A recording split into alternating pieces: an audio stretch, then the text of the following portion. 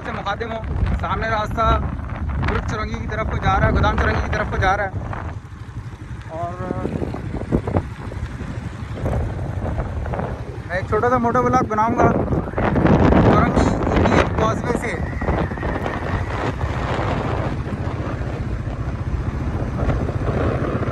Qayyumabad interchange तक जो भी डेवलपमेंट हो चुकी है, एक छोटा सा मोटो ब्लॉग बना के आप तमाम लोगों को मैं अपडेट करूंगा।